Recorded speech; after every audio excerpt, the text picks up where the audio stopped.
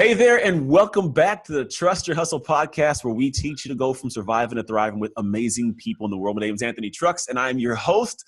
And I love this because when I do this show, I get to learn from amazing people just as much as you learn. And so today, we have an incredible human being who I've been able to be blessed to know over the last few years. I've been a guest on his show called the Parapreneur Show. I've actually hosted on Periscope Live. Yeah. We have today Riky Bains. Man, Riky Bains, say hello to the people. Hi, everybody. It's a privilege to be here.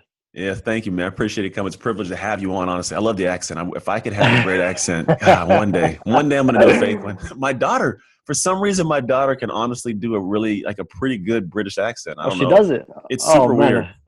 She watched some show. It's all locked in. I would just sit back and laugh at her, so it works. I need to hear that. I might. She got off of school early. I might snag her from the room, like they're here doing their homework right now, so I can bring her on out. But I want to go into this whole concept of trust your hustle. To me, it's my life's work, and what I've realized, it's part of my life. But today, it's your show, and I want you to pour into people and tell them as much as you can about your journey, what you've experienced. So first, man, the basic question is, what does it mean to you to trust your hustle? Listen, Anthony. So trust your hustle. The phrase itself, the first time I've heard it, is from you. But it has loads of other forms, right? People say it in different ways. It's believe in yourself, have faith in yourself, have faith in the process. I've heard that for the last 10, 15 years. To me, it's when that cloud of doubt comes through. So whatever you're working on, whatever project you're working on, you're just going through school, college, university, you're starting up a business, you're in a career. Everybody goes through doubt. Even in a sports team, right? You'll know this. So whatever you're going through, there's going to be periods of doubt. Nobody has so much confidence that they don't go through doubt. And if they do, it's probably arrogance, and it will lead to their downfall. Yeah. So to me, trusting your hustle is just putting faith in the process. So knowing that things don't come to fruition overnight. Rome wasn't built in a day. I'm going to try and use as few cliches as possible. That was my first one. Easy one, man. Let them ride. So that's what trust your hustle means to me. It's having patience, faith in the process, and just knowing that through hard work and determination you'll get to wherever you want to go. Yeah. And the doubt is just a myth. The doubt is just something from our human prehistory. It's something that's there as a safety mechanism. Yeah. It's natural to have doubt, but you should have the self-awareness and the faith in yourself to get through that. Yeah. So it's all about that internal stuff, the self-awareness piece. Yeah, man, I love it. And I think for me, that's you actually touched on a lot of faith is one of the big pieces. And I don't mean religious faith, but just faith in self. Yeah, absolutely. Said it's a big piece of it. That's pretty much what faith is that trust. It's believing in yourself. Yeah. And like you said, the prehistory, most people lack the trust because they failed and they've pretty much latched onto that, which I'm sure you have in your life now. I mean, you've experienced some great things all the time. And just to be clear, when I say faith, I don't mean the religious kind either. I'm just talking about the internal, the intrinsic belief in yourself and whatever you're doing. And what you just touched on as well about still, of course, still going through periods of doubt. There's times where sales aren't coming in, or business isn't closing, or a client isn't liking what I'm doing, and I'm having to do it over and over again. Yeah. And doubt creeps in. Am I really the man for this? Is this the right career choice? Should I be doing something completely left field? Should I go traveling? Should I put my phone away? Should I do all these questions? Yeah. Sometimes you just need to quiet the mind, come back and see what the plan was, adjust it if you need to. But it all comes down to self-awareness and internally being good with yourself, I agree, man. I love it. So let's dig into this today, man, because one of the big things is you've achieved some great things, man. You're a go-getter. So that's why I wanted you on. I'm like, you're a guy that people need to listen to because you're across the pond, so they call it. Yeah, where I'm at, and you put in work, man. You get things done, and you have no problem asking for help and reaching out when you need it. And you do some great things. So for me, I know that doesn't happen by accident. There was probably a place in your life where you were getting by, maybe just surviving. Is what we talked about. Where in your life were you when you were at that survival stage, whether it was just getting by or literally surviving, and what did it feel like? What was that experience for you? You know what? I'm going to share something with you, which I've never shared on a platform like this before or publicly before. I would say during school, so from the age of 13 or 14, when people generally start thinking about what they want to do later on in life, or they generally start conjuring up some sort of plan, right? Some sort of dream. Mm-hmm. At that period, I felt a sort of emptiness. I wouldn't be as brash enough to call it depression. I don't go that far. Mm-hmm. But for a long period of time, for many years, it just felt like I didn't know where I was heading or what I was doing. A lot of questions, a lot of confusion. And I think that did something to me. That built in a sort of coldness. As bad as that sounds, a sort of not numbness, but a coldness to being emotionally phased by things. Mm-hmm. And I still use that today. I think that's one of, or it could be one of the key ingredients of being an entrepreneur. Is sometimes ignoring emotions and just going straight ahead for whatever you think is right. Yeah. So during that school period, 13, 14, 15, 16, I'm studying. Obviously, I'm still thinking about what my life purpose is and that kind of Mm-hmm. thing. I think during that period, I really learned a lot about myself, in terms of my ability just to knuckle down and drive forward, no matter how negative I was feeling. My capability to just keep moving forward. That was a big turning point. And then I always knew I wanted to do something different. See, here's the thing, right? My ambitions have always been sky high. I grew up on the MTV Cribs era. You Yeah. know, when I was a kid, I was seeing people who came from nothing to having everything. Yeah. You know, my favorite rap stars, hip hop stars, actors Yeah. going from zero to having everything. You know, it was like a caricature of life. You know, it Mm-hmm. was an exaggeration, but Yeah. I bought into it. I was from that era. You know, and so from very young, I knew I was highly ambitious, Yeah. and I knew that in order to not be part of the conveyor belt that most people go down, not in order to achieve my ambitions, I surely had to do something different to everybody else was doing, Mm-hmm. because most people don't achieve those MTV Cribs things. Yeah. Um, so surely I have to do what most people are not doing. So when people were going out partying or whatever, obviously I still did that, but not as much. Yeah. I would be sort of working on getting an internship somewhere, uh, networking, writing articles, Mm-hmm. that kind of thing. And my very first internship was when I was 16, for a music magazine. And I can honestly say that changed my life, because that was my first experience Yeah. in a professional environment, doing something creative, doing something out there, you know, interviewing musicians. Mm. And it was fun, and it was work, and it opened my mind. Um, so that whole period for me, Anthony, was the foundation blocks. And I Wow. go back to my childhood when I see the things that I aspired to. It came from hip hop. Yeah. I thank hip hop a lot, because um, I think it's not an understatement to say, or an overstatement to say, that people who grew up without access to hip hop, I think they're at a disadvantage. Yeah. I, Nowadays, I I, agree. I genuinely think that. I think there's an entrepreneurship to hip hop. Mm. There's a go-getter attitude to hip hop. There's a nothing to Yeah. something to hip hop, which fed into me as a kid, and I Mm-hmm. still have that. I no longer want. I mean, the mansion and the cars and things is no longer the pinnacle for me. It's other things, but Mm-hmm. it's still the same success and prosperity that I'm driving for. So yeah, I hope that answers your question. Oh yeah, man! Above and beyond, it goes depth. I think that's what I want, is for people to hear the depth of you, because that's, Deep. yeah. There's things that you'll say, the implicit and explicit stuff, right? And so you have a lot of Yeah, implicit stuff, and there's what drives you and what kind of gets you there. And yeah, I can hear from like years, like, when you're a kid, like there was always that drive. So you were in that yeah. survival mode for you. Wasn't really surviving, like not eating kind of thing. It was like, I'm in this place I don't want to be, and I don't want to be here. Absolutely, So how do I get out of absolutely, here? So obviously absolutely. you've climbed out of that. You've built businesses. You work with other entrepreneurs. You've created like Yeah, groups and programs. You've done some awesome things. So along that journey, myself, I've had things I've had to sacrifice and didn't want to. I've had issues with my relationship, my parenting, my health. There's sure. things that we sacrifice that shouldn't have been. Along that journey, did you ever sacrifice things that shouldn't have been sacrificed? I think in places, relationships. Mm, I'm getting better at that now. good. But I look back, and I see the way I've treated specific relationships, personal relationships, Hmm. um, almost unprioritized them, seeing them as. See, but I know now there's a balance to be had, or there's choices that I can make so that Hmm. things don't get to that position. Yeah. But yeah, I think I can name some. You know what? Let me be completely open and honest. Yeah. Friendships. I was the biggest grim reaper for friendships. I found it so easy just to cut people off. Yeah. That it became a habit. It became addictive. It became like I thought, okay, this is a great thing to do because it means I can just concentrate on being on who I want to be and my goals. I know now there's a balance, but if I look at university, again, this is an exclusive.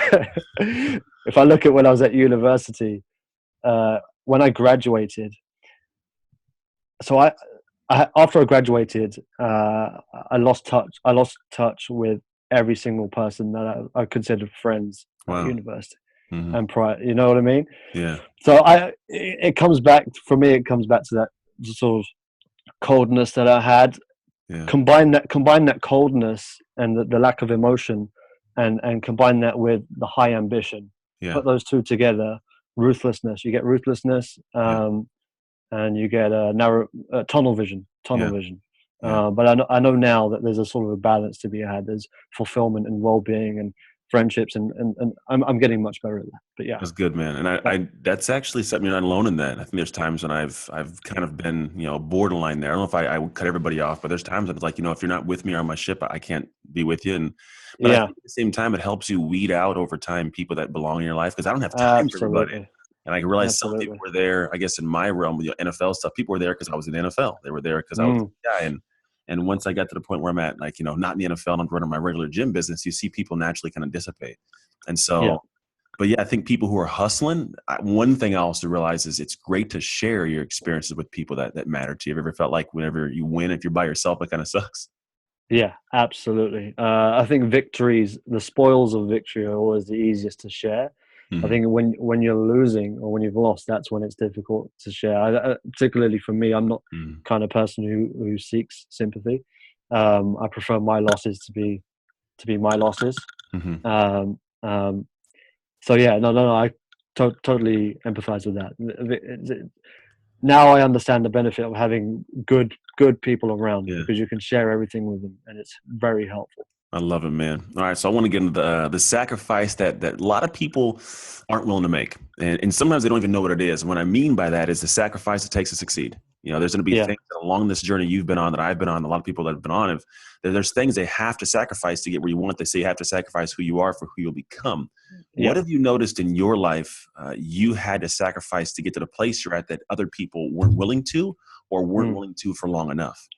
I think I'll keep this one brief. It's comfort. It's comfort.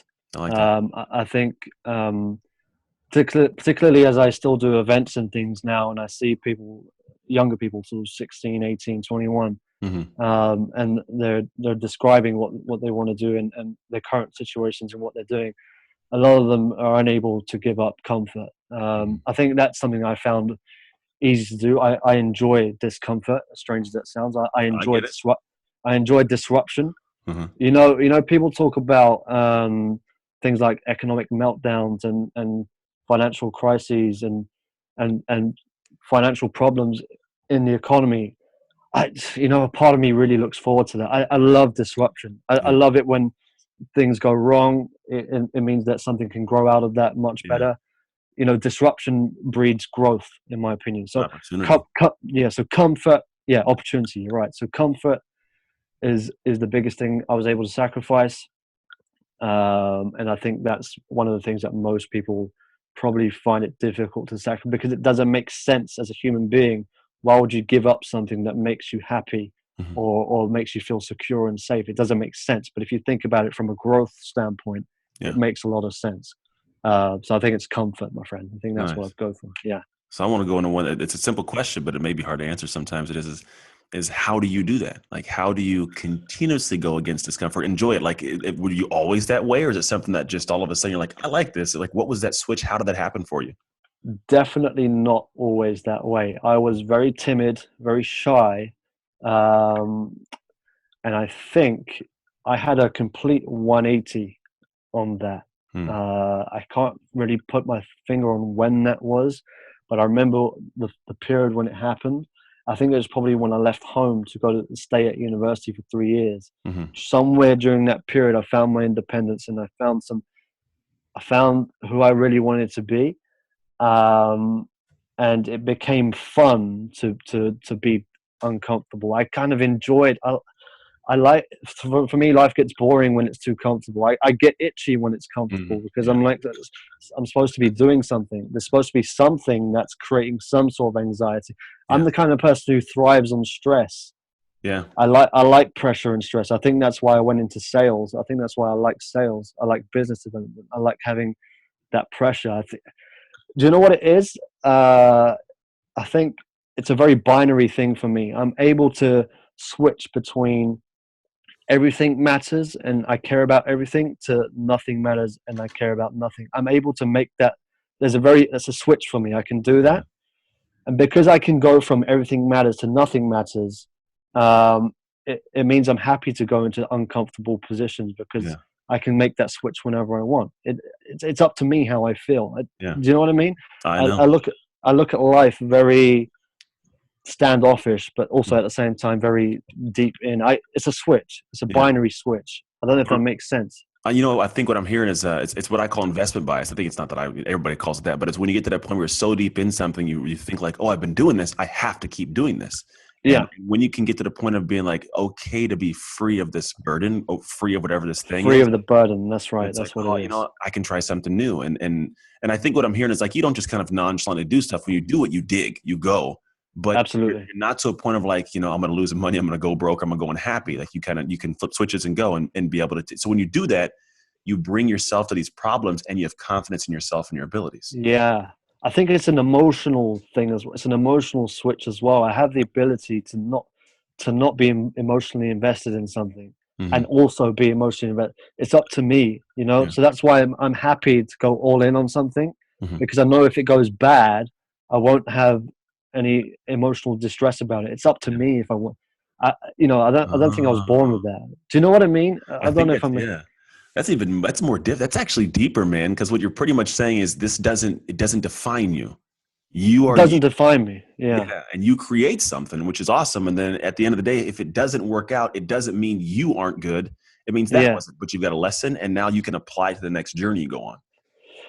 Let me put that into context. So Yeah. peripreneurs, Mhm. which you know of, which for those who most of you won't know what that is, We'll put it's a a link. community. Yeah, it's a community I founded a couple of years ago. A community of entrepreneurs. We did shows on Periscope and we met up. Mm-hmm. It's something I loved. It's something I was so passionate about. It's something I cared about. It's something I was working on more often than I was working on my actual business. I loved it that much. Mm-hmm. But there were people there who I would speak to, frankly, behind the scenes about that thing. I used to say to them, look, if this whole thing crashes, I don't care. I'll just create something else.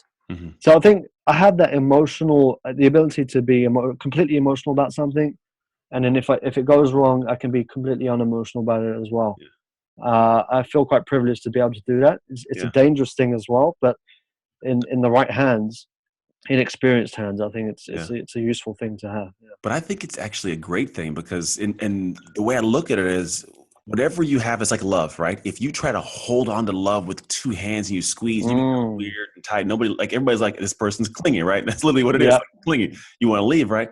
So when you're able to have that kind of disassociation to it, it's yeah. almost organic, the effort. It's a Mm, flow state. It's like I'm gonna create this and I'm gonna do what I love out of passion and do it right.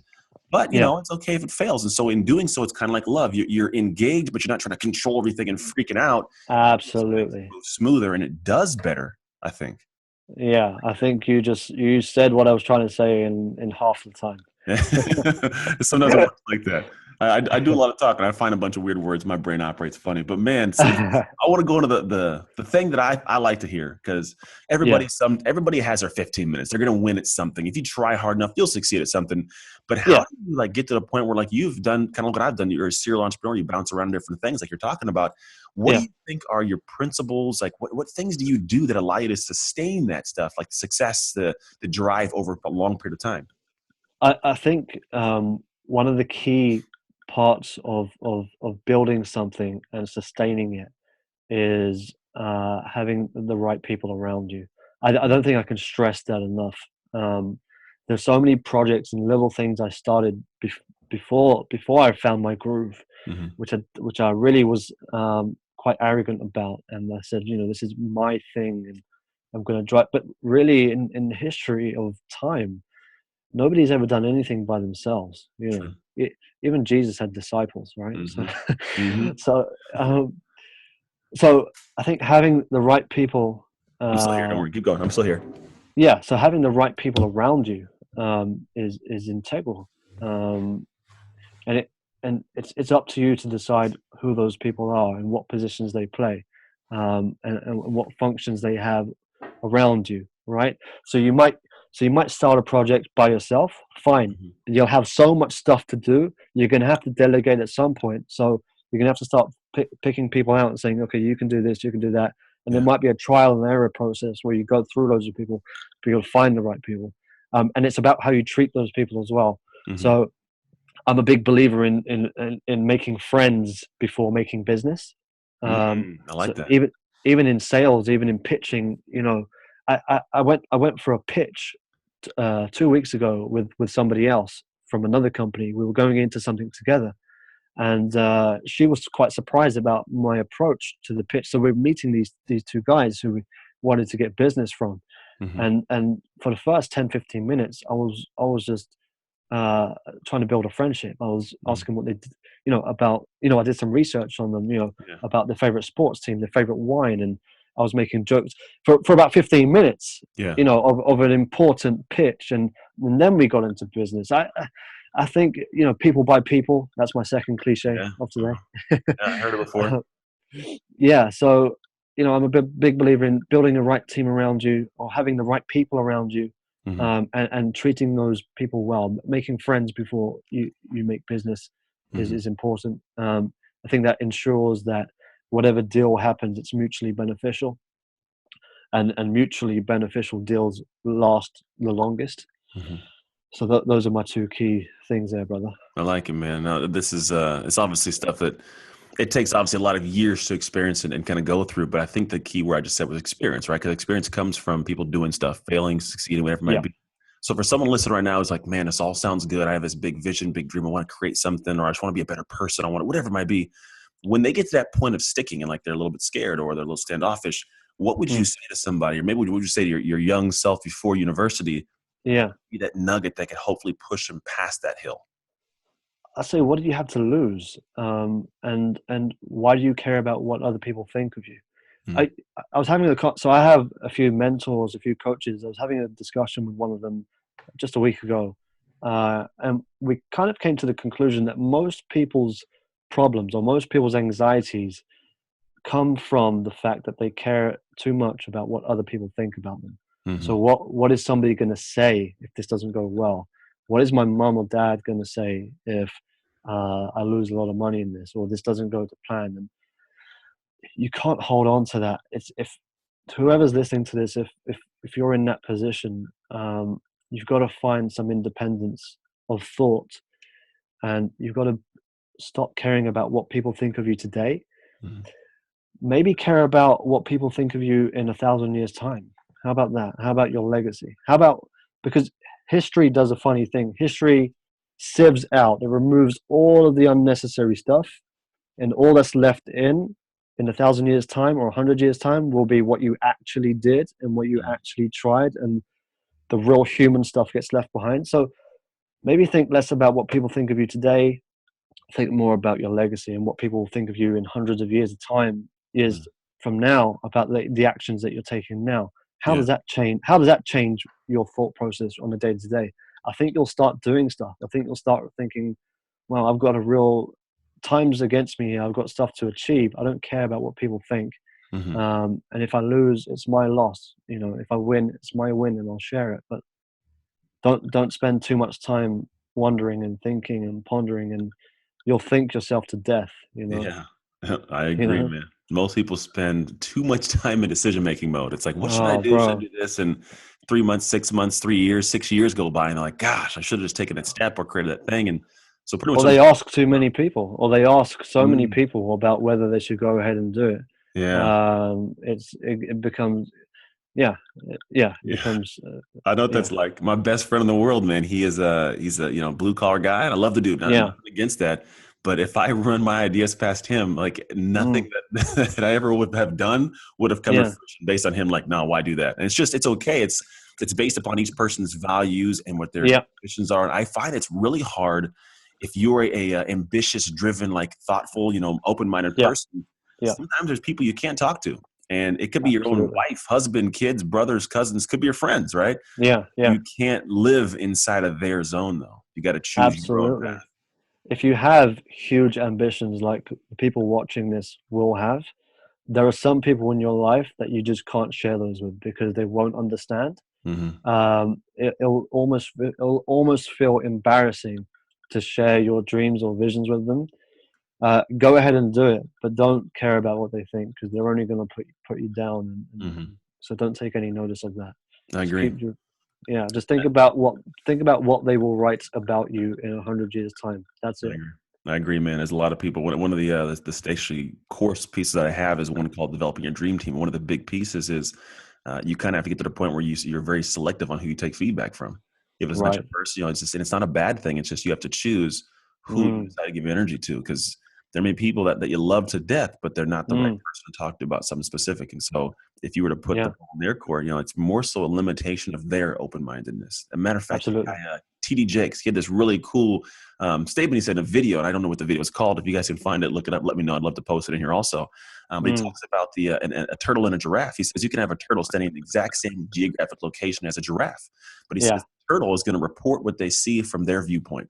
They're down there, they see the grass and everything. Whereas a giraffe says, I can see all of this out here. And the turtle says, no, it's not there. And then it's a back and forth. But he says what happens is sometimes us giraffes, we try to bring our head down to see from the turtle's perspective. And when you do that physically, a real giraffe, because of where its heart's at and its neck is, it'll black out. Like if it puts its head down that low. I love that. So he says, don't feel bad about the turtle. Just keep your head up high and keep looking at what you see. I was like, man, that's a powerful statement there. I think we hear a lot about, there's a lot of talk now in the last 10 years about being open-minded. Yeah. I think too much open-mindedness can lead to empty-mindedness. I think you got to be careful about that. Considering too many opinions and too much of this, and you got to be tunnel vision sometimes. At least in my experience, you have to be. I think too much open-mindedness and too much asking people will leave you neutral, and neutral doesn't get you anywhere. No, it's just like being stuck. It's funny. I had a interview earlier with a guy, and that was the same conversation. He says take a bunch of insight in, but after a while, you're gonna figure out what you like, what you don't like, and at that point, segment down and follow people to the teeth. Like listen to it. If you have one or two people you follow and they mentor you, stay with them. If you get too much, you get stagnant. You get stuck in one place, and you start seeing there's too much competing information. You never know what's right. Nothing. I like that, man. That's a consistent thought there. I like that. And it's got to be your choice as well, because if if you're just taking somebody else's decision, you're going to blame them when it goes wrong. It's got to be all on you. Otherwise, you're just going to be saying, "Oh, well, he told me to do that." That's no good. It's got to be all on you. The buck stops at you. Yeah, I like that, man. Cool. Well, I want to let everybody get a chance to reach out to you, contact you. I know you said get something they could get from you. So anybody listening, what is it that you could share with them or give to them, and how can they reach you? There's a few things. So my skill set is pretty simple. It's sales and writing. So sales is my professional experience, and naturally, I think I have a knack for it. Writing, I've been writing since I was 16, and professionally, I've been writing since 2015.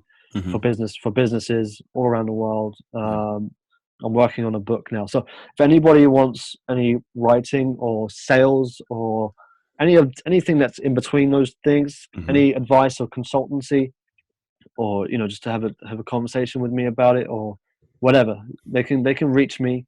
You can find me anywhere on most social media platforms at Riky Bains once. That's RIKY BAINS1, so there's no C. RIKYBAINS1. Nice. Or I don't know if you're going to be leaving details anywhere. I will. I'll put all these notes, links, and actual posts. Sure.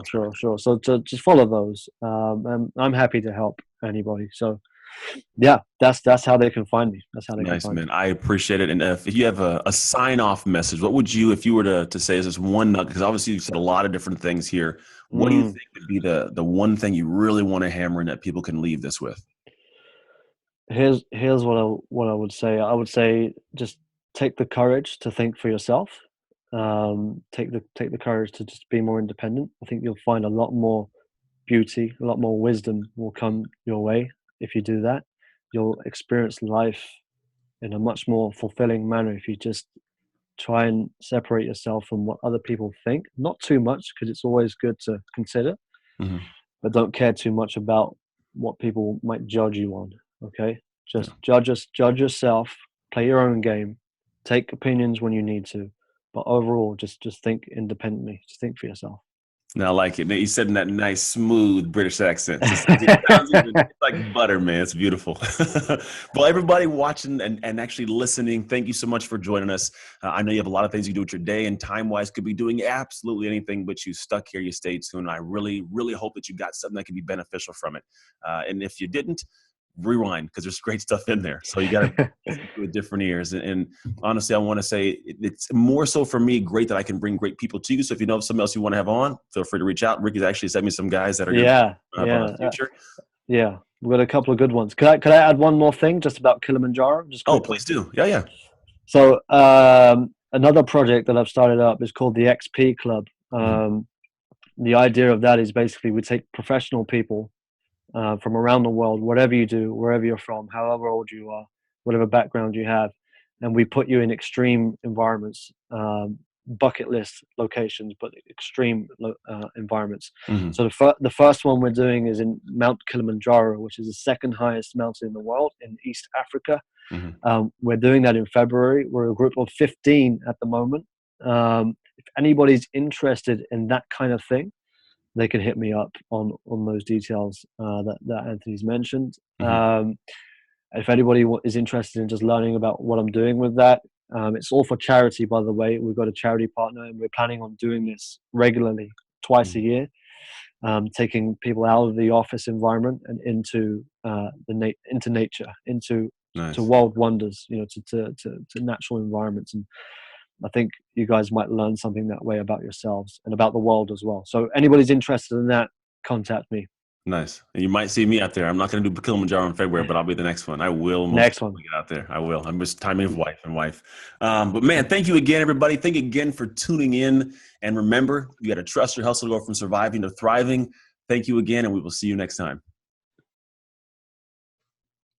And that is it, my man.